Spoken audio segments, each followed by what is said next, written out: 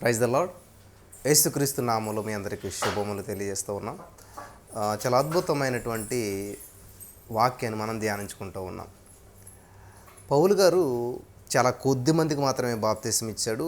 అస్తేపన్ family వీళ్ళ గురించి ఆయన చెప్తూ వస్తూ ఉన్నాడు. ఎవరికి ఇచ్చాడు ఏంటో అంత మాత్రమే కాకుండా నేను ఎవరికి బాప్తిసం ఇవ్వలేదు, అసలు అది నా పిలుపు కాదు, బాప్తిసం ఇవ్వడానికి యేసుక్రీస్తు ప్రభువు నన్ను పిలవలేదని 1 కొరింథీ పత్రిక మరి మనం చదివినట్లయితే 14, 15, 16, 17 వచనాల్లో 18, 19 వచనాల వరకు ఒక అద్భుతమైన విషయాన్ని పౌలు గారు తెలియజేస్తూ ఉన్నాడు. గమనించాలి. సో నన్ను ఎందుకు పిలిచాడు దేవుడు అంటే సువార్తను ప్రకటించాలి, క్రీస్తు శిలువ వ్యర్థము కాకుండానట్లు ప్రకటించడానికే ప్రభు నన్ను పిలిచాడు అని చెప్పి ఇక్కడ యేసుక్రీస్తు ప్రభు వారు మరి పౌలు పట్ల ఉన్నటువంటి ఉద్దేశాన్ని పౌలు గారు క్లారిఫైగా వివరిస్తూ వస్తూ ఉన్నాడు. చాలా జాగ్రత్తగా గమనించాలి. మళ్ళీ చెప్తాను చూడండి. ఇక్కడ స్తెఫను ఇంటి వారిని బాప్తిసం ఇచ్చిన వీరికి తప్ప మరి ఎవరికైనా బాప్తిసం ఇచ్చిందని నేను ఎరుగును. బాప్తిసం ఇచ్చుటకు క్రీస్తు నన్ను పంపలేదు, కానీ క్రీస్తు యొక్క శిలువ వ్యర్థం కాకున్నట్లు వాక్చాతుర్యం లేకుండా సువార్త ప్రకటించడానికి ఆయన నన్ను పంపెను. 1 కొరింథీ 1:17 వాక్చాతుర్యం లేకుండా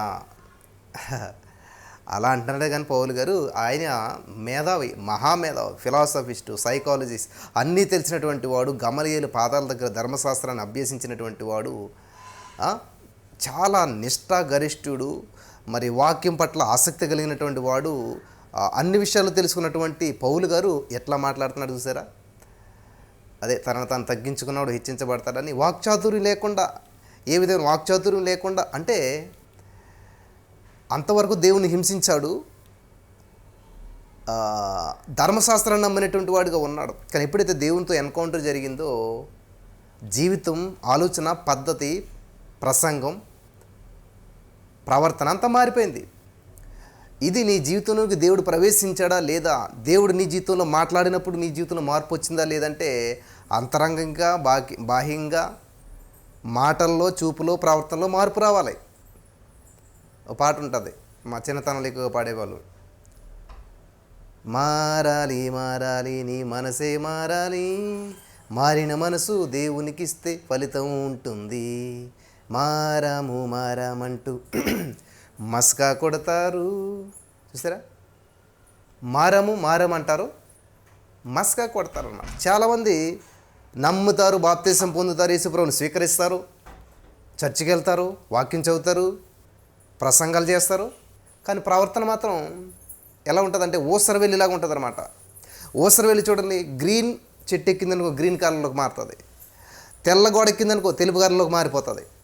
ఎందుకనంటే అది ప్రాణరక్షణ కోసం అన్ని వేషాలు ఇవ్వాల్సి వస్తుంది. అది ఊసరవెల్లి ఏ ప్లేస్లో ఉంటే ఆ కలర్లోకి మారిపోతుంది, దానికి అనుకూలంగా అది మారిపోతుంటుంది అనమాట. చాలామంది క్రైస్తవ ఊసరవెల్లులు చాలామంది ఉన్నారు కాదంటారా? ఎందుకంటే గట్టిగా డిమాండ్ చేస్తే వాళ్ళ యొక్క రూల్స్ని, నియమాల్ని పక్కన పెట్టేస్తారు, వదిలేస్తారు. జాగ్రత్తగా వినాలి. ఎందుకనంటే వాళ్ళతో వెళ్ళాను మరి ఫ్రెండ్స్ తోటి, ఇంకా వాళ్ళు అలాగన్నారు కాబట్టి నేను కాదనలేకపోయాను. ఈ లోకానికి వేరే జీవించదు, ఈ లోక స్నేహం వైరం అని మీరు ఎరుగరా? అన్నీ తెలుసు కానీ తప్పక వెళ్ళాం. ఈరోజు చాలామంది ఎట్లా మాట్లాడుతుంటుంటారు. వింటున్నారా ప్రియులారా? అన్నీ తెలుసు కానీ తప్పనిసరి పరిస్థితిలో మేము వెళ్ళాము. వాక్యపు వెలుగులో నడిపించబడినప్పుడు, వాక్యము సత్యమై ఉన్నప్పుడు, వాక్యం నీలో ప్రవహించినప్పుడు, వాక్యం నీలో ప్రవేశించినప్పుడు చూడండి, అంతవరకు రోషంతో జనాలు చంపాలి అనేటువంటి రోషంతో వచ్చినటువంటి సౌలు గారు ఎప్పుడైతే దేవుడితో ఎన్కౌంటర్ జరిగిందాక అంతే అయిపోయింది. ఇంకా మళ్ళీ వెనక్కి తిరిగి చేసింది లేదు. దేవుని సత్యం తెలియనంత వరకు అతను జీవించిన జీవన విధానం వేరు, అతను ప్రవర్తించిన ప్రవర్తన వేరు, ఆలోచించిన ఆలోచన వేరు. ఎప్పుడైతే దేవునితో ఎన్కౌంటర్ జరిగిందో నా ప్రియమైనటువంటి సహోదరి స్నేహితులారు జాగ్రత్తగా గమనించాలి. ఎప్పుడైతే దేవునితో ఎన్కౌంటర్ జరిగిందో అంటే నమ్మి బాప్తిసం పొందాడు, యేసుప్రభువుని స్వీకరించాడో మళ్ళీ వెనక్కి తిరిగి చూసింది లేదు, అనుమానించింది లేదు, దేవుని శక్తిని పరీక్షించింది లేదు, దేవుని ప్రశ్నించింది లేదు.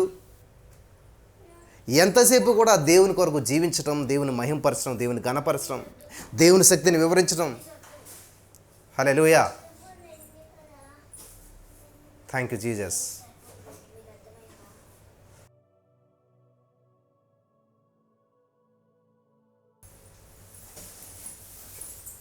దేవుని శక్తిని అనుమానించింది లేదు అసలు ఎక్కడా కూడా. హల్లెలూయా. కాబట్టి యేసుక్రీస్తు ప్రభువును అంగీకరించాము అని మనలో చాలామంది అనుకుంటూ ఉంటుంటారు. ఎస్, నమ్మారు, బాప్తిసం పొందారు. బాప్తిసం పొంది 25 సంవత్సరాలు, 20 సంవత్సరాలు, 50 సంవత్సరాలు ఎంతో సమయం అయి ఉంటుంది. కానీ ఓసర వెళ్ళేలాగా అనమాట. ఎలాగంటే చర్చిలో ఉంటే హల్లెలూయా, స్తుతి, మహిమ, కళ్ళు కూడా తెరమసలేదు. నేను విమర్శించలేదు, లేకపోతే ఎవరిని ఏమంటారు క్రిటిసైజ్ చేయట్లేదు, లేకపోతే ఏమీ లేదు, వాస్తవం చెప్తున్నాను నేను. హల్లెలూయా అని చెప్పి ఎంతో భక్తి శ్రద్ధలతో ఆదివారం మంచిగా చక్కటి బట్టలు వేసుకుని అర్ధగంట గంట నిమగ్నం అయిపోతాం. Praise God. కానీ అక్కడికి ఆ వేషం అది. బయటకు వచ్చిన వెంటనే ఒక ఆయన అన్నాడంట, ఉత్తప్పుడు చూడు నా ఊగులాట, తాగినప్పుడు చూడు నా తందనాలు అన్నాడంట. అలాగే చాలామంది జీవితం ఎలా ఉంటుందంటే, చర్చిలో చూడు నా భక్తి, బయట చూడు నా బండారం అన్నట్టుగాను. చర్చిలో ఉన్నంతసేపు ఎస్ పరిశుద్ధత ప్రకటించుకుంటుంటారు, పరిశుద్ధులుగా ప్రవర్తిస్తూ ఉంటుంటారు, ప్రవర్తన పరిశుద్ధంగానే ఉన్నట్టుగా ఉంటుంటుంది.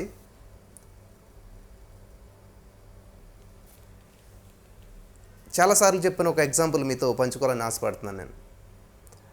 ఒకసారి ఒక నక్క ఒక ఇంట్లో ఏదో వస్తువులు తినడానికి వెళ్ళిందంట, మంచిగా స్మెల్ వస్తుందని. వెళితే వాళ్ళు ఏంటంటే రంగుల వ్యాపారం చేస్తారు, వాళ్ళు రంగులు అమ్ముకునేటువంటి వాళ్ళు. ఆ రంగులన్నీ పైన పెడితే ఈ నక్క వెళ్ళి ఏం చేసిందంటే ఏదో ఉందని చెప్పి ఇదిలోకి రంగు డబ్బాలన్నీ మీద పడ్డాయి. ఎప్పుడైతే రంగులన్నీ కలిపి మీద పడ్డాయో ఆ నక్కకి చారల కింద పడ్డాయంట, రంగుల కలర్లో. సో అవి చూస్తే సేమ్ పులికున్నట్టుగానే పులిచారలాగా పడ్డాయంట. సో ఇంకా గబగబ భయపడి పారిపోయిందంట, బయటికి వెళ్ళిపోయిందంట. వెళ్ళిపోతే దీన్ని చూసిన ప్రతి జంతువు భయపడతా మొదలుపెట్టింది. పులి అనుకుంటున్నాయి, భయపడుతూ ఉన్నాయి. ఓ దీనికి కూడా అర్థమైంది, ఓ నన్ను చూసి అందరూ భయపడుతున్నారని చెప్పేసి ఇంకా హుందాగా ఉండటం, అన్నిటిని భయపెడతాం, ఇష్టానుసారంగా చేస్తూ ఉన్నదంట. గమనించాలి. అయితే ఇలా జరుగుతూ ఉండగా సడన్గా ఏమైంది తెలుసా, వర్షం వచ్చిందంటండి. ఎప్పుడైతే వర్షం వచ్చిందో ఏమవుతుంది, కాస్త అసలు రంగు కాస్త బయటపడ్డదంట. దానిపైన పడిన కలర్లన్నీ కూడా ఆ వర్షానికి మొత్తం వెలిసిపోయినాయి అంట. అప్పుడు తీరా అది బయటపడింది ఏంటంట, నక్క. అలాగే ఈ రోజున మన క్రైస్తవ జీవితం అనేటువంటిది నడుస్తుంది కొంతకాలం. ఏ వేషం వేసినా, ఎటువంటి జీవితం జీవించినా, ఎక్కడ ఎలా ఉన్నా కూడా పెద్ద మనకేమీ సమస్య వచ్చినట్టుగా అనిపించదు. కానీ ఒకనొక రోజున కడవరి వర్షం కురుస్తుంది అంటండి. ఆ వర్షంలో అసలు రంగు అనేటువంటిది బయటపడుతుంది. ఇక్కడ అదే చెప్తున్నాడు పౌలు గారు. నమ్మి బాప్తిసం పొందితే రక్షించబడతారు, కరెక్టే. వెంటనే అయిపోయిందా? బాప్తిసం పొందేశారు.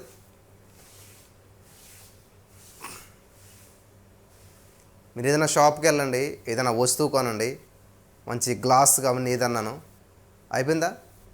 దాన్ని ఇంటికి వచ్చేంత వరకు జాగ్రత్తగా తెచ్చుకోవాలి. మధ్యలో ఎక్కడ పగిలిపోయినట్టే.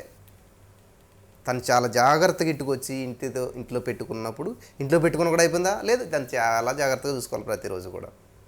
అప్పుడు మాత్రమే అది క్షేమంగా ఉండగలుగుతుంది. అలాగే రక్షణ అనేది ఉచితంగానే వస్తుంది, నీకు ఉచితమే. కానీ ఒకసారి బాప్తిసం పొందేసం అయిపోయింది అనుకుంటారు చాలామంది, ఇంక పరలోకం వెళ్ళిపోతాం మన ఇష్టానుసారంగా. నో, మీ పిల్లలు మంచి స్కూల్లో జాయిన్ చేసేసారు, అయిపోయిందా? గొప్పలు అయిపోతారా? ఆ స్కూల్లో ఇచ్చే హోంవర్క్ ప్రతిరోజు చేయాలి, చెప్పే మాట ప్రతిరోజు వినాలి, ఆ స్కూల్ యొక్క నిబంధనలు ప్రతిరోజు పాటించాలి, చెప్పిన టైంకి వెళ్ళాలి, ఫీజులు కట్టాలి. ఈ ప్రాసెస్ అంతా చేస్తేనే కొన్ని సంవత్సరాలకు బయటకు వస్తారు అనుకున్న విధంగా. ఈరోజున క్రైస్తవ్యం జీవితం ఎలా ఉందంటే సేమ్ ఇలానే. పైకి ఒకసారి అయితే అయిపోతుంది. నో, ఒక్కసారి బాప్తిసం పొందితే జీవితం రక్షించబడిపోతే ఇంక ఈ భక్తి ఎందుకు, ఈ యొక్క ప్రతి సండే చర్చికి వెళ్తాం ఎందుకు, వాక్యం వినటం ఎందుకు, మనం సరి చేసుకోవటం ఎందుకు, నీతిని మనం పాటించడం ఎందుకు? దేవుడు ఆల్రెడీ మనకు ఉచితంగా ఇచ్చిన నీతిమంతులుగా చేశాడు కదా మనల్ని. ఆ నీతిని మనం కాపాడుకోవడం ఇదంతా ఏమి లేదంటారా? ఖచ్చితంగా ఉంటుంది. కానీ మనకు అనిపిస్తుంది అనమాట, one save ever save. No, ఒకసారి రక్షించబడితే ఎప్పటికీ రక్షించబడిపోయినట్లేదా? కాదు.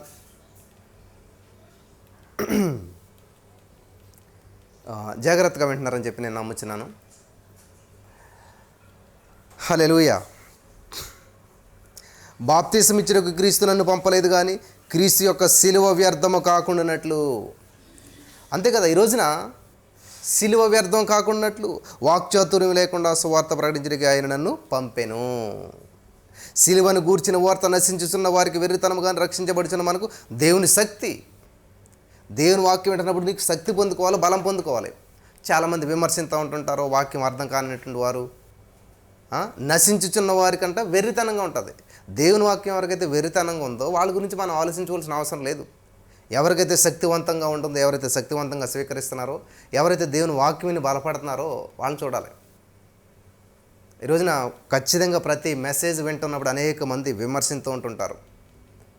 నీకు అర్థమైపోతుంది నువ్వు నశించేటువంటి వ్యక్తివా లేకపోతే రక్షించబడిన వ్యక్తివా అంటే ఈ వాక్యం నీకు శక్తివంతంగా, ఎస్ దేవుడు నాతో మాట్లాడుతున్నాడు, ఎస్ ఈ వాక్యం ద్వారా బలపడ్డా నేను, ఈ వాక్యం నా జీవితంలో పనిచేస్తుంది, ఈ వాక్యం నా కొరకే దేవుడు నాతో మాట్లాడుతున్నాడు అని ఒక టానిక్ లాగా జుంటే తేనె దారుల కంటే మధురమైందంట. అంత మధురానుభూతి నీకు వస్తుంటే ఖచ్చితంగా నువ్వు దేవుని సందులో వర్ధిల్లుతావు, బలపరచబడతావు. వాక్యం నేను బలపరుస్తుంది.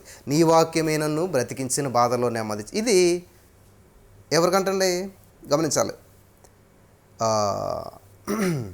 సిలువను గూర్చిన వార్త నశించిన వారికి వెరితనం, కానీ రక్షించబడుచున్నటువంటి మనకు దేవుని శక్తి.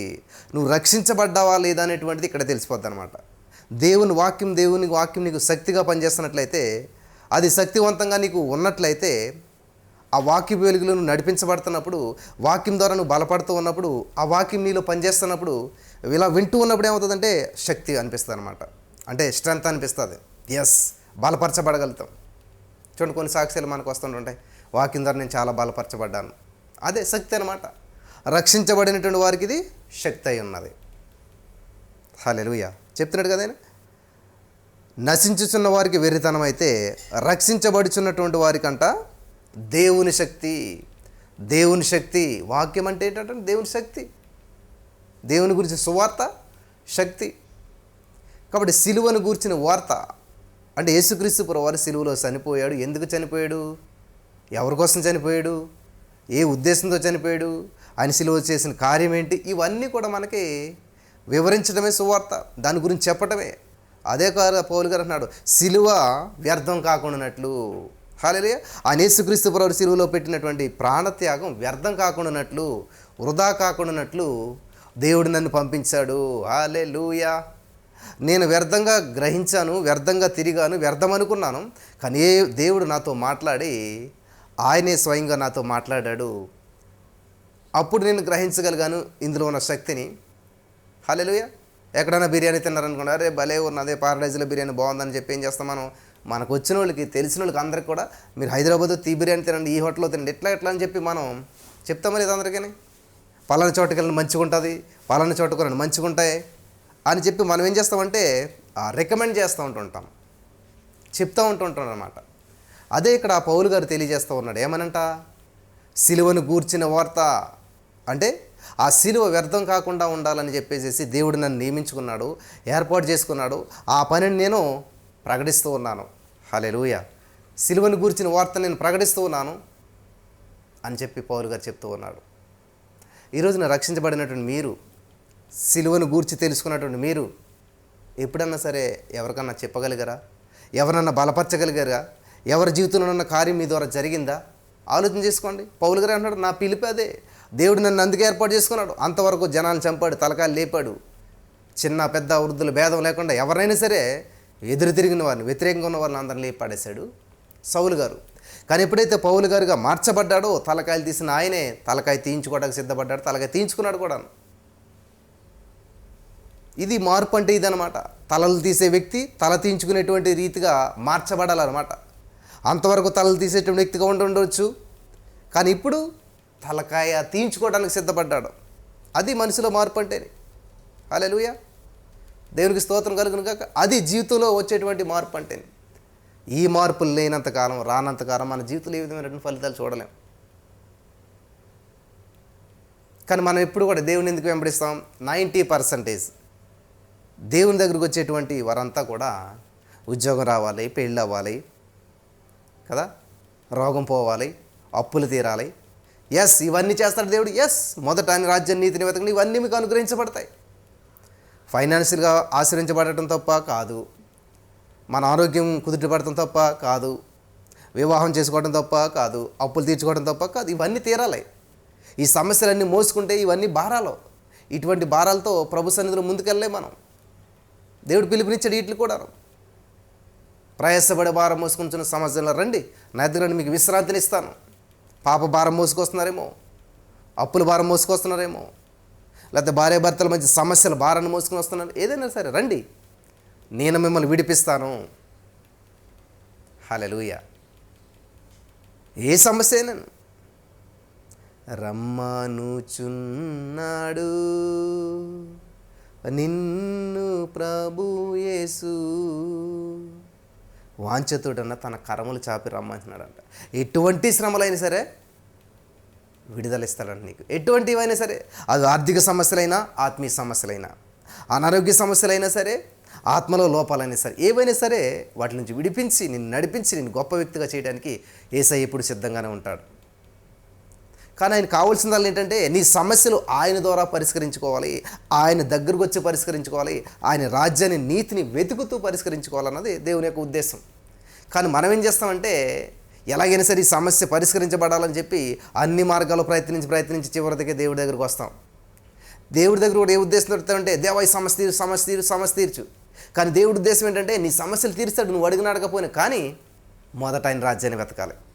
దేవుడు ఎక్స్పెక్ట్ చేసేది ఏంటంటే నీ నుంచి, నా నుంచి కూడా ఆయన్ని వెతకాలి, ఆయన రాజ్యాన్ని వెతకాలి, ఆయన రాజ్యంలో ఉండాలి. హల్లెలూయా. వింటున్నారా? ఆయన రాజ్యంలో ఉండాలి, ఆయన కొరకు జీవించాలి. నీ సమస్య గురించి అని చెప్పనవసరం లేదు. మీరు ఊహించకముందే ఆయన, మన ఊహలో పుట్టకముందే ఆయన తెలుసంట. కానీ మన ఇంటెన్షన్ ఎలాగ ఉంది? అసలు ఎందుకు దేవుని వెంబడిస్తూ ఉన్నాం? ఎందుకని దేవుని దగ్గరికి వెళ్తూ ఉన్నాం? ఏదో బెనిఫిట్ కోసమా? అర్థమవుతుందా నేను చెప్పేదంతా కూడా మీకు అందరికీ కూడాను? ఏదో ఉపకారం పొందుకోవాలి, ఏదో అద్భుతం పొందుకోవాలి. ఎస్, యేసయ్య దగ్గరకు వస్తే అద్భుతాలు ఆటోమేటిక్గా జరుగుతాయి. కానీ అద్భుతాల కొరకే మాత్రమే వచ్చినటువంటి వారు డిసప్పాయింట్ అవుతారు. అద్భుతాలను ఆహారంగా దీవించుకొని, అద్భుతాలను ఆహారంగా భుజించి అత్యధిక కాలం మనం బ్రతకలేమంటండి. ఏంటండి? అద్భుతాల ఆహారం కాదు, మనకి వాక్యాహారం. హల్లెలూయా. నీతిమంతుడు విశ్వాసం మూలంగా జీవిస్తాడు, అది దేవుడు ఆశించేది. నువ్వు విశ్వాసం మూలంగా జీవించాలి, అద్భుతాల మూలంగా కాదు. ఇజ్రాయేల్ ప్రజలు అరణ్యంలో నడిచినప్పుడు ఒక్క రోజులో 1613 అద్భుతాలు ఎన్నో జరిగేవంట. ఒక్క రోజుకి అన్ని అద్భుతాలు చేసినా కూడా అద్భుతం జరిగిన వెంటనే మళ్ళీ ఏం చేసేవారు? వాళ్ళు ఇంకొక అద్భుతం కోసం ఎదురు చూసేవారు. అద్భుతం ఏమిటో అద్భుతం, అద్భుతం ఏమిటో అద్భుతం, అంతే. కానీ వాక్యం నిన్నేం చేస్తుంది తెలుసా? వాక్యంలో సత్యము, ఆ సత్యం నిన్ను స్వతంత్రంగా చేస్తుంది. కాబట్టి వాక్యం లేనటువంటి వారు, వాక్యానుసారంగా లేనటువంటి వారు, నువ్వు ఏది చేసినా కానీ, ఎన్ని అద్భుతాలు జరిగినా కానీ, ఎంత మహత్కార్యాలు జరిగినా తిరిగి నువ్వు ఎక్కడికి రావాలంటే వాక్యంలోనికి రావాలి. మహాసముద్రం వాక్యం అనేటువంటిది. చూడండి, వర్షాలు వచ్చినప్పుడు మన ఇంటి బిల్డింగ్ మీద వర్షం కురుస్తుంది. ఆ నీరంతా ఎక్కడికి వస్తుంది? మన ఇంటి పక్కన ఉన్న డ్రైనేజీలోకి వస్తుంది. ఆ డ్రైనేజీ నుంచి ఎక్కడికి వెళ్తుంది? కాలువలోకి వెళ్తుంది. ఆ కాలువ నుంచి ఎక్కడికి వెళ్తుంది? నదుల్లోకి వెళ్తుంది. నదుల నుంచి ఎక్కడికి వెళ్తుంది? సముద్రంలోకి. అంటే ఫైనల్ ఎక్కడ కురిసిన వర్షమైనా తిరిగి సముద్రంలోకి రావాల్సిందే. అలాగే ఈరోజు నీ జీవితంలో అద్భుతాలు జరిగిన, మెరకల్స్ జరిగిన, వండర్స్ జరిగిన, science wonders, miracles, what ever it is, ఏది జరిగినా కానీ అద్భుతాన్ని బట్టి దేవుడిని నమ్మవేమో, ఓకే, చివరికి నువ్వు వాక్యం దగ్గరకు వచ్చేసేయాలి. ఇవన్నీ కూడా వాక్యం అనే మహాసముద్రంలో కలవలసిందే. ఏ అద్భుతాలైనా, సూచక్రియలైనా సరే, ఏవైనా సరే అవి వాక్యానుసారంగా లేనట్లయితే, వాక్యానికి దగ్గరగా లేనట్లయితే, వాక్యాన్ని సమర్థించలేనట్లయితే అది నీ జీవితంలో నిలబడదు. చూడండి, చాలామంది దేవుని దగ్గరికి వచ్చినప్పుడు అద్భుతాలు జరుగుతాయి, ఏదో ఒక అద్భుతం జరుగుతుంది, దేవుడు గొప్పడని చెప్పి సాక్షి చెప్తారు, దేవుని దగ్గరికి వస్తారు. తర్వాత వాళ్ళ జీవితంలో అద్భుతం జరగదు. ఎందుకంటే మొదట్లో ఉన్న ఆసక్తి ఇప్పుడు ఉండదు వాళ్ళకి. మొదట దేవుని పట్ల ఉన్నటువంటి ఆ యొక్క ఉత్సాహం ఇప్పుడు ఉండదు, తగ్గిపోతుంది కదా. నువ్వు సైకిల్ తొక్కుతున్నావు, మొట్టమొదటి చూడండి స్పీడ్గా దొక్కుతావు కాబట్టి 1 గంటలో 10 కిలోమీటర్లు వెళ్ళిపోయావు. తర్వాత ఏమవుతుంది, తర్వాత 10 కిలోమీటర్లు వెళ్తాకి 4-5 గంటలు పడుతుంది. అంటే సైకిల్లో లోపమా? లేదు. నువ్వు తొక్కటంలో లోపం, నీ శక్తిలో లోపం. మొదట నీకుండిన ప్రేమ లేదు, ఆయన నిమిత్తం పోటు మా పోల్చి ఉంది అంటాడు ఇక్కడ బైబిల్లో. ఆసక్తి విషయంలో మాంజులు కావద్దు అంటాడు బైబిల్లో. ఎందుకని మొదట అద్భుతం అన్న వెంటనే జరిగింది, తర్వాత అద్భుతం జరగడం లేదు? కారణం ఇదన్నమాట. ఎవరైనా చూడండి, అన్యులుగా ఉన్నటువంటి వారు ధన్యులుగా మార్చబడి ప్రభు నమ్మి బాప్తిసం ముందు వచ్చిన వెంటనే అద్భుతాలు జరిగిపోతాయి. ఎందుకంటే వాళ్ళ మనసు నిర్మలంగా ఉంటుంది, దేవుని పట్ల ఎంతో భక్తి ఆసక్తి ఉంటుంది, విశ్వాస లెవెల్ హైలో ఉంటుంది. ఇంకా ఏది చెప్తే అది నమ్ముతారు, దేవుడిని మనస్ఫూర్తిగా స్తుతిస్తూ ఉంటుంటారు. అసలు మనసులో దేవుడి రాజ్యం నీతి తప్ప రెండోది ఉండదు. కాబట్టి అటువంటి మనసుతో ఉన్నారు కాబట్టి వాళ్ళు ఏది అడిగితే అది అద్భుతాలు జరిగిపోతుంటుంటాయి. రానేమవుతుందంటే అలవాటుగా మారిపోతుంది. చూసారా, మా స్కూల్లో మేము చదువుకునేటప్పుడు మాస్టర్లు కొట్టేవారు, తాటి బెత్తాలు అంటే తాటి కర్రలు పట్టుకొచ్చి కొట్టేవారు. ఫస్ట్లో దెబ్బ కొడితే సుర్రుమనేది అనమాట, అసలు తట్టుకోలేకపోయాను, గొంతులేసేవాళ్ళం. కొంతమంది టాయిలెట్ కూడా వేసేవారు మా ఫ్రెండ్స్, అంత భయంకరంగా ఉండేది. కానీ కొన్ని రోజులకి కొన్ని నెలలకు ఏమైందంటే అలవాటు అయిపోయింది. ఆ బెత్తాలు కొడుతుంటే ఇలా గిరగిర తిరిగి పీసులు అయిపోయి నేను తిన్నాను చాలా దెబ్బలు. కనీసం ఫేస్లో ఫీలింగ్ కూడా రాలేదు.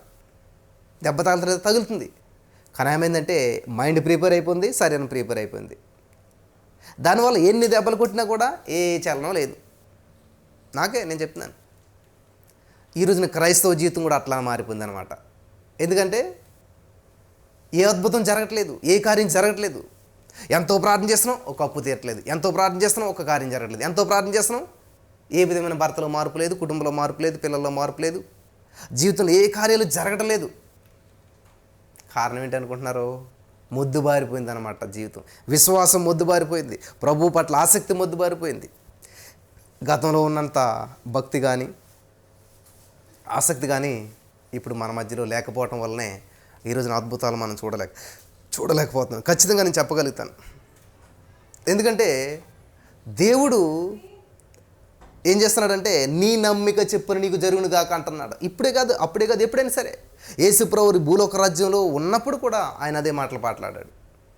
నీ నమ్మిక చెప్పిన, నీ విశ్వాస పరిమాణం చెప్పిన. హల్లెలూయా, దేవునికి స్తోత్రం కలుగును గాక. వింటున్నారా ప్రియులరా? Thank you Jesus. నీ విశ్వాస పరిమాణం చెప్పిన, నీ నమ్మిక చెప్పిన,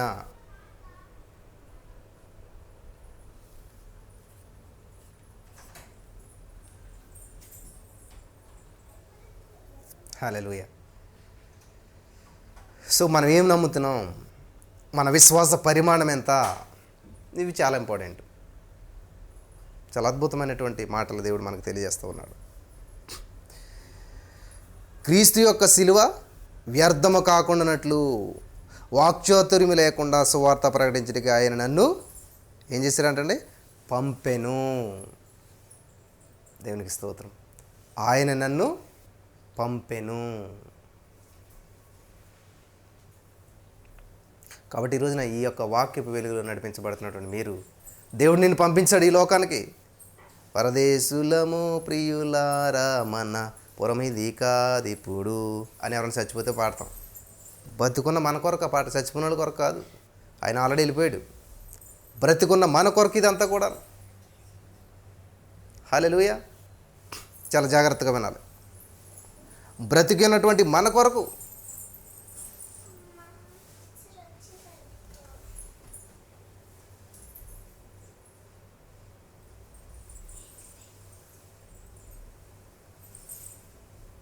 కాబట్టి ఈ రోజున ఈ మాటలు వింటున్న ప్రియమైనటువంటి సహోదరి స్నేహితులరా, క్రీస్తు నిమిత్తమై మనం ఏం చేస్తూ ఉన్నాం? దేవుడి కొరకు మనం చేయవలసింది ఏమీ లేదు, దేవుడికి మనం సహాయం చేయవలసింది ఏమీ లేదు. కానీ ఒక మనిషిగా నీ కోసం దేవుడు చాలా చేశాడు, ప్రాణం పెట్టేశాడు. నీవు నీ ఇరుగు పొరుగు వారి కోసం నువ్వు ఏం చేస్తూ ఉన్నావు? నిన్ను వలె నీ పొరుగు అని ప్రేమించు అనే మాటలో ధర్మశాస్త్రం అంతా కూడా ఇమిడి ఉన్నదని చెప్పి దేవుడు చెప్పాడు.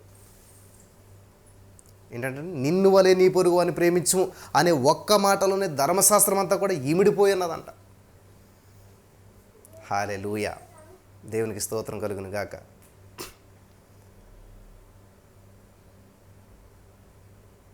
ధర్మశాస్త్రం అంతా కూడా ఇమిడిపోయిందంట. మరి ఆ విషయంలో మనం పాటించగలుగుతున్నామా? ఆ విషయంలో మనం మరి ఎలా ఉంటున్నాం? సువార్త ప్రకటించుటకు ఆయన నన్ను పంపెను, క్రీస్తు యొక్క శిలువ వ్యర్థం కాకున్నట్లు వాక్చాతుర్యం లేకుండా సువార్త ప్రకటించుటకు ఆయన నన్ను పంపెను. శిలువను గూర్చిన వార్త నశించిన వారికి వెర్రితనం, కానీ రక్షించబడుచున్న మనకు దేవుని శక్తి. దేవుని శక్తి వస్తుందా? మీకు శక్తివంతులు అవుతున్నారా? బలవంతులు అవుతున్నారా? దేవుని వాక్యం వింటూ ఉంటే తింటుంటే ఎంత బలం వస్తుందో వింటుంటే అంత బలం రావాలి. హల్లెలూయా. జుంటే తేనె దారుల కంటే మధురమైనటువంటి వాక్యం ఇది. కాబట్టి ఈ వాక్యం వింటుంటే బలం రావాలి. ఈ సమస్య నేను జయించగలుగుతాను, ఈ అప్పు నుంచి నేను బయటపడగలుగుతాను, ఈ రోగం నేను జయించగలుగుతాను. హల్లెలూయా. నా కుటుంబంలో సమస్యల నుంచి నేను విడుదల పొందుకుంటాను. ఖచ్చితంగా నా భర్తలో మార్పు నేను చూస్తూ ఉన్నాను. In the name of Jesus. దేవా, నీ వాక్యాన్ని నమ్ముచున్నాను, నీ వాక్యంలో శక్తి ఉన్నది కాబట్టి ప్రతి బంధకాలను విడిపిస్తుంది, ప్రతి అంధకార శక్తులను లయం చేస్తుంది అని ఇట్లాగా వాక్యాన్ని ఎత్తిబట్టి మాట్లాడాలి. వాక్యంలో శక్తిని ప్రకటించాలి. మనం ఏం చేస్తామండి? అసలు చాలా సమస్యలు ఉన్నానండి, చాలా ఘోరమైన పరిస్థితుల్లో ఉన్నానండి. నేను ఎంత వాక్యం చెప్తున్నా సరే అందరూ కూడా ఈ లెవెల్లోనే ఆలోచన చేస్తున్నారు. వాళ్ళ సమస్య అంతా నాకు చెప్పడానికి ప్రయత్నం చేస్తూ ఉన్నారు. పైగా సమస్యని చెప్పడం మామూలుగా కాదు, చాలా సమస్యలో ఉన్నాం, చాలా ఇబ్బందుల్లో ఉన్నాం. మీరు దాన్ని ఎంత హైలైట్ చేస్తారో అంత ఎక్కువగా శ్రమల్లో మీరు విస్తరించబడుతూ ఉంటుంటారు. దాన్ని ఎప్పుడైతే చాలా తక్కువ చేస్తూ ఉంటుంటారో, శ్రమ అనేటువంటి మాట లేకుండా ఉంటుందో. నేను గొప్ప దేవుడు నమ్ముకున్నాను, నా దేవుడు శక్తిమంతుడు. హల్లెలూయా.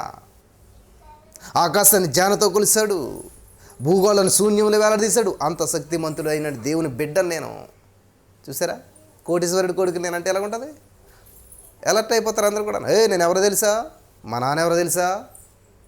చూసారా, నీ గొప్పతనం నువ్వు చెప్పుకోవడం మానేసి సమస్య గొప్పతనం చెప్తున్నారు చాలామంది. నా సమస్య ఎంత గొప్పదో తెలుసా, నేను ఎంత ఇబ్బందులో ఉన్నానో తెలుసా, నాకు ఎంత అప్పు ఉందో తెలుసా, నాకు ఎంత రోగం ఉందో తెలుసా, నా ఇంట్లో ఎంత సమస్య ఉందో తెలుసా, నా భర్త ఎంత మూర్ఖుడో తెలుసా? ఎవరికి తెలుసు? ఎవరికి తెలియాలి? ఎందుకు తెలియాలి? తెలియాల్సిందే తెలుసా? నా దేవుడు ఎంత శక్తిమంతుడో తెలుసా, ఆకాశాన్ని జానతో కొలిచాడు తెలుసా? హల్లెలూయా. భూగోళమైన పాదపీఠం తెలుసా? పాదం పెట్టుకుంటే పీట భూగోళం, ఆకాశమైన సింహాసనం. ఈ వివరించడం మానేసి వీటి గురించి మాట్లాడతాం మానేసేసి, మాకు ఈ సమస్య ఉందండి, మాకు ఆ బాధ ఉందండి, మా కోసం ప్రార్థన చేయండి.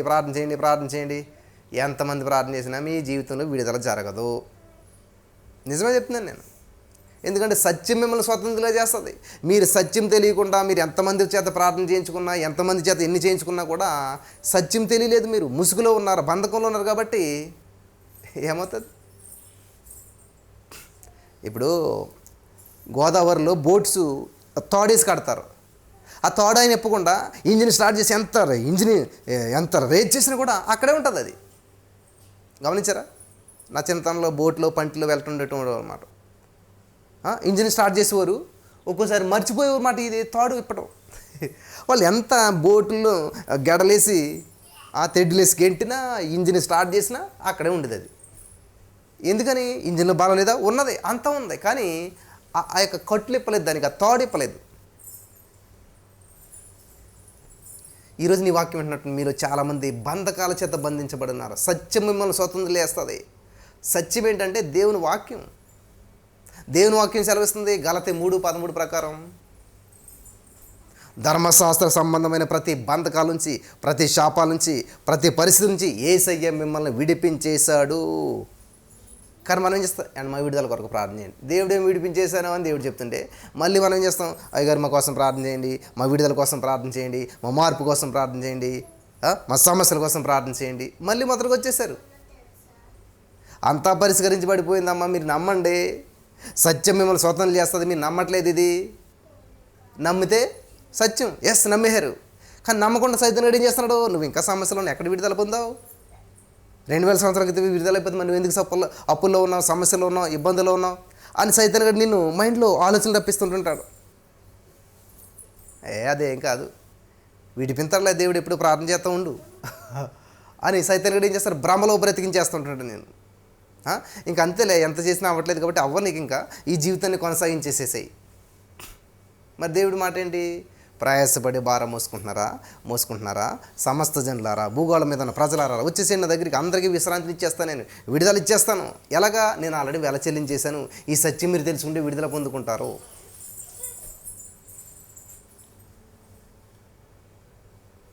మీ జీవితంలో అప్పులు తీరాలంటే సింపుల్. గలతీ 3:13 ప్రకారం నా యేసయ్య ప్రతి ఆర్థిక సమస్య నుంచి, ప్రతి శాపం నుంచి నేను విమోచించేశాడు. ఈ సత్యం తెలుసుకుంటే చాలు. అప్పు నుంచి ఎలా బయటపడాలో ఆలోచన అందిస్తాడో, నీకు ఐశ్వర్యవంతునైనా నేను చేస్తాడో, ఏదో విధంగా నీ జీవితంలో గొప్ప కార్యం జరిగి ఊహించని రీతిలో జరుగుతున్నాయి లేదా? నేను వాస్తవం చెప్తున్నాను. ఇంట్లో కూర్చున్న ఇళ్ళల్లో తీర్చేసుకుంటున్నారు లక్షల అప్పులు.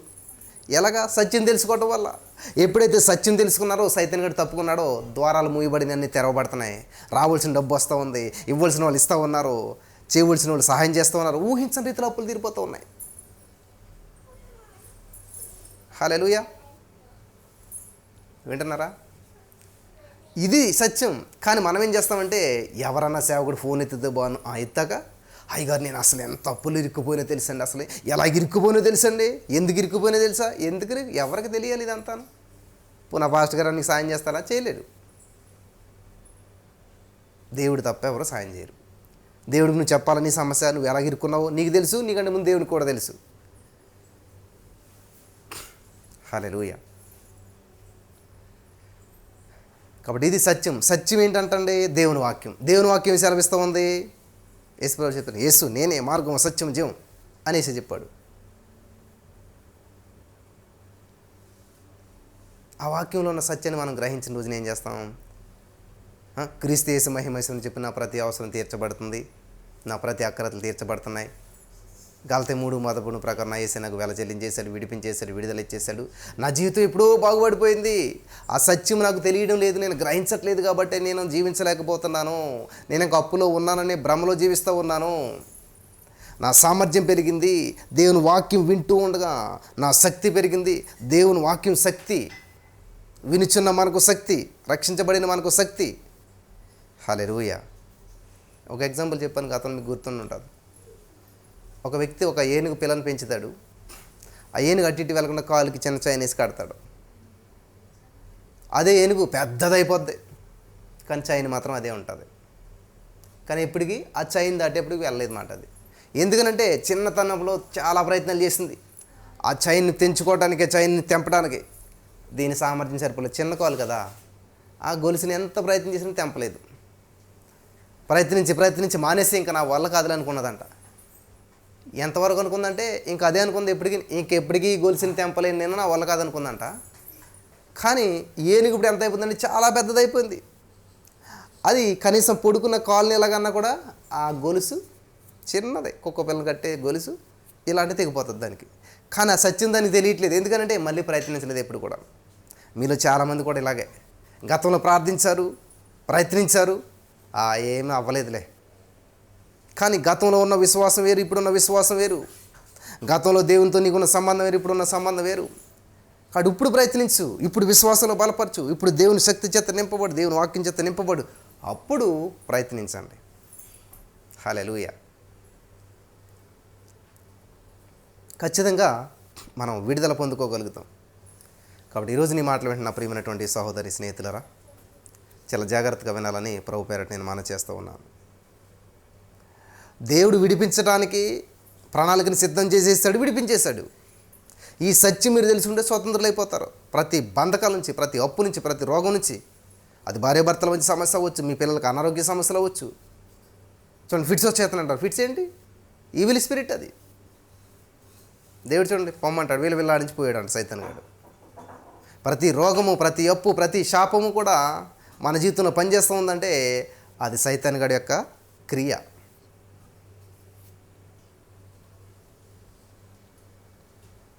సో వాడు దొంగ, దోచుకునేవాడు, నాశనానికి కర్త, అబద్ధాలకు జనకుడు. సిలువను గూర్చిన వార్త నశించిన వారికి వెర్రితనము కదా, తెలుసు కదా. ఆ వెర్రోళ్ళతో కూర్చుని మనం వాదింతే ఏ ఇలాగలగాని నో, వాదించొద్దు ఎప్పుడు కూడా. చెప్పాలి, గ్రహించేలాగా మనం ప్రార్థన చేయాలి అంతే. మన వాళ్ళని చూడండి, నోరు పెకలించి అందులో వేస్తే ఏం చేస్తారు? వామిటింగ్ చేసుకుంటారు. సో దేవుడు మనకిచ్చినటువంటి ఆలోచన బట్టి సువార్తను ప్రకటించాలి, అంతే, ప్రార్థించాలి. ప్రభు కార్యం చేసేటువంటి వాడు. మోసే నీ కర్ర చాపన్నాడు, కర్ర చాపడం అంతే ఆయన పని. సముద్రం ఎలా పాయలవుతుంది? సముద్రంలో మరి ఎక్కడ ఇది ఆయనకు అనవసరం అదంతా. ఎంతవరకు మనం చేయగలుగుతాం అంతవరకు దేవుడు చెప్తాడు, మనం ఏం చేయాలో చెప్తాడు, చెప్పింది చేయటం మన బాధ్యత. కాబట్టి నశించుచున్న వారికి వెర్రితనంగా ఉంటుంది. వెర్రితనంగా ఉన్నటువంటి వారి దగ్గరికి వెళ్ళి మనం దాన్ని ఎంత వాదించినా ఎంత వివరించినా పందులు ఎదురు ముచ్చలేదు అంటాడు దేవుడు. అర్థమవుతుందా? ఇప్పుడు నీకు తెలుగు వచ్చు, తెలుగులో చక్కగా మాట్లాడగలుగుతావు. నువ్వు వెళ్ళి తెలుగు రానటువంటి వ్యక్తితో ఏదో రెండు మాటలు ఏదో నేర్చుకుని ఉండొచ్చు, లేకపోతే పెద్ద అవగాహన కూడా లేదు. ఆయనకి హిందీ తప్ప అసలు తెలుగే తెలియదు. వచ్చావో వెళ్ళవని ఏదో రెండు మాటలు తెలిసాము. నువ్వు ఆయనతో వెళ్ళి కూర్చుని వాదింతే ఎంత వాదించిన ఉపయోగం ఉంటుందా? ఉండదు. కానీ ఇదే జరుగుతుంది లోకంలో. దేవుని వాక్యం గురించి అంటే దేవుని నమ్మినటువంటి విశ్వాసులందరూ కూడా జీవం కలిగిన వారు. అన్యులంటే ఎవరు? దేవుని వాక్యం వాళ్ళలో లేదు. దేవుని వాక్యం జీవమైంది. జీవం లేనటువంటి వ్యక్తిని ఏమంటారు అసలు? ప్రియులు గమనించాలి. నీ వాక్యం నేను బ్రతికించాను, వాక్యంలో జీవం ఉంది. కాబట్టి వాక్యం మనలో లేదంటే నిర్జీవ స్థితిలో ఉన్నాం, అంతే కదా. చెవిటివాడి దగ్గరికి వెళ్ళి మనం శంఖం ఎంత అద్భుతంగా ఊదినా, ఫ్లూట్ ఎంత బాగా వాయించినా ఉపయోగం ఉంటుందా? కానీ ఈరోజు అంతా అదే జరుగుతుంది ఎక్కడ చూసినా కూడా. ఇదే సిలువను గురించి నశించిన వారికి వెర్రితనం. నశించిపోతున్నటువంటి వారికి, దేవుని వాక్యాన్ని వ్యతిరేకించేటువంటి వారికి మనం వివరించాలని చెప్పి ఎంత ప్రయత్నం చేసినా కూడా వాళ్ళ మైండ్ అంతా కూడా ఎట్లాగైపోయిందంటే దేవుని వాక్యాన్ని ఎలాగైనా సరే తిరస్కరించాలనేటువంటి ఉద్దేశంతో వాళ్ళు ఉన్నప్పుడు మనం ఎంత చెప్పినా కూడా అది వర్కౌట్ కాదు. కాబట్టి ఈ రోజున ఈ మాటలు వెంటనే ప్రియమైనటువంటి సహోదరి స్నేహితులారా, ఒక సత్యాన్ని మీరు గ్రహించాలి. మీ జీవితంలో మీరు బంధకాల్లో, సమస్యల్లో, అప్పుల్లో, రోగాల్లో, ఇబ్బందులు, ఎటువంటి పరిస్థితులు గుండా ఉన్నా కానీ దాని గురించి మాట్లాడటం మానేసిన రోజున, ఆ సమస్యని మీరు 10 మందికి చెప్పడం మానేసిన రోజున, ఆ సమస్య గురించి 10 మంది సేవకులకు ఫోన్ చేసి వాళ్ళ చేత ప్రార్థన చేయించుకోవడం మానేసిన రోజున నీ సమస్య ఆటోమేటిక్గా సాల్వ్ అవుతుంది. కానీ మన యొక్క ఆలోచన ఏంటి? ఈ సేవకుడు ప్రార్థన చేస్తే ఖచ్చితంగా అవుతుంది, ఆ సేవకుడు ప్రార్థన చేస్తే ఖచ్చితంగా అవుతుంది. ఎవరు చేసినా కాదు, కానీ నీ నమ్మిక చెప్పున నీకు జరుగును కాక అని యేసే అంటున్నాడు. నీ విశ్వాస పరిమాణం చెప్పిన నీకు నీ దేవుడు నీ జీవితంలో కార్యం చేస్తాడు. కాబట్టి ఏం చేయాలి? వినాలి, వాక్యం వినాలి. విన్నటువంటి వాక్యం నువ్వు స్వీకరించాలి, బలపరచబడాలి. హల్లెలూయా. అద్భుతాన్ని స్వతంత్రించుకోవాలి. డాక్టర్ రోగం తీయడు ప్రియులారా. ఏ డాక్టర్ అయినా సరే నీ రోగం తీయడు. కానీ ఏం చేస్తాడు? నీ రోగం పోవటానికి మార్గం చూపిస్తాడు, మెడిసిన్ రాసిస్తాడు, అంతే, ట్రీట్మెంట్ చేస్తాడు. Doctor treats you, God heels you. Doctor treatment మాత్రం చేస్తాడు, దేవుడు మాత్రం స్వస్థత ఇస్తాడు. కాబట్టి ఆయన ఏం చేస్తారు? అమ్మ ఈ ట్యాబ్లెట్ వేసుకో, ఈ టైంకి వేసుకో, ఈ టైంకి వేసుకో, ఇది ఇలా చేయి, అది అలా చేయి, ఇది ఇలా చేయి, అంతే. డాక్టర్ గారు అంత చదువుకుని నీకు గైడెన్స్ మాత్రం ఇస్తాడు, కానీ రోగాన్ని తీసివేసేయడు. అర్థమవుతుందా? అలాగే ఏ సేవకుడైనా సరే ప్రార్థన మాత్రమే చేస్తాడు, కానీ ఆయన రోగం తీయడు. కానీ మనం సాక్ష్యం ఏం చెప్తామంటే ఈ అయ్యగారు ప్రార్థన చేస్తే రోగం పోయింది. ఓకే, ప్రార్థన చేస్తే పోయి ఉండొచ్చు, కానీ రోగం తీసేసింది మాత్రం దేవుడు, స్వస్థత ఇచ్చింది మాత్రం దేవుడు, నిన్ను అభివృద్ధి చెందించేది మాత్రం దేవుడు, నీ జీవితంలో ప్రతీదీ జరిగించేటువంటి వాడు దేవుడు. అలాంటప్పుడు నువ్వే దేవుడిని ఎందుకని అడగకూడదు? దేవుడితో ఎందుకు మాట్లాడకూడదు? దేవుని వాక్యాన్ని ఎందుకని వినకూడదు? దేవుని వాక్యాన్ని ఎందుకని ధ్యానించకూడదు? దేవునితో సత్సంబంధం అంటే మంచి సంబంధం ఎందుకు కలిగి ఉండకూడదు? యేసయ్యా, ఇదిగో దేవ, ఈ సమస్యలో ఉన్నాయి, ఈ అప్పులో ఉన్నాయి, ఈ బాధలో ఉన్నాను, ఈ ఇబ్బందులో ఉన్నాను దేవ, దీని నుంచి విడిపించినందుకు వందనాలు, ఈ సమస్య నుంచి బయటపడాలని చేసినందుకు వందనాలు, ఓ శక్తిమంతుడా, ఓ జిమ్. ఇలాగా దేవుని స్తుతించే పనిలో బిజీ అయిపోయారు అనుకోండి, ఇంకా సమస్య నేను ఎందుకు వెలుబడి చేస్తుంది? దేవుడు మన పక్షంగా ఉండ మనకు విరోధి ఎవడు లేడు. హల్లెలూయా. కాబట్టి వాక్యంలో ఉన్న సత్యాన్ని గ్రహించి దాన్ని స్వీకరించి దాన్ని పలకండి, అద్భుతాలు చూస్తారు. నమ్మిన వారు స్వతంత్రించుకుందరు గాక. ఆమేన్.